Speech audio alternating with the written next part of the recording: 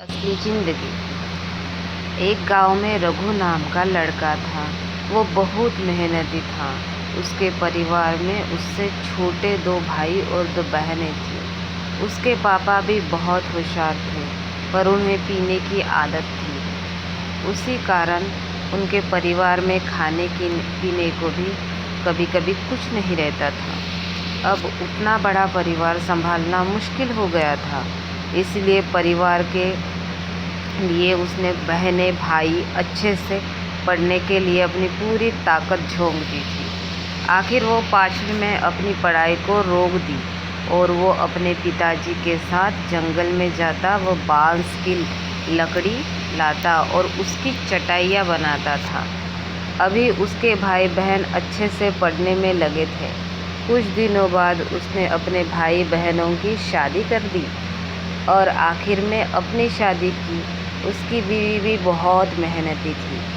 उसके सबसे छोटे भाई की शादी नहीं हुई थी क्योंकि वो पढ़ रहा था।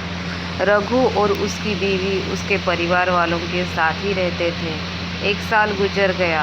उसके बाद उसके परिवार में उसकी बहनें आती और रघु के बीवी के साथ झगड़ा करती और उसकी माँ भी उसके बीवी के साथ झगड़ा करती। वो बेचारी रोती रहती। एक दिन रघु का सामान उसके माँ ने बाहर फेंक दिया। वो बोली, तुम मेरे घर से निकल जा। अब रघु व उसकी पत्नी एक गाय के गोठे में रहने लगे। वो 10 बाय 10 का कमरा था जहाँ अपनी ज़िंदगी की जीवन यात्रा शुरू की। उस कमरे में 3 गाय भी थी। कुछ दिन बाद उनको बच्चे हुए। रघु पत्ते चटाई पे जाता था।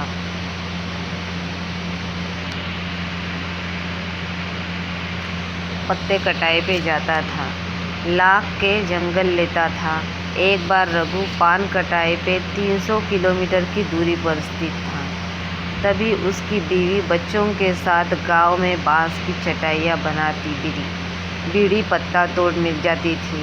बच्चों को भी देखती। तभी उसके 2 नंबर के बच्चे की तबीयत बिगड़ी। उस समय गांव में एक आयुर्वेदिक वैद्य थे। वो बेचारी गांव से 20 किलोमीटर दूर जाकर अपने बच्चे के लिए दवाई लाती। वो दवाई दूध के साथ पीनी है करके दूध भी लाती।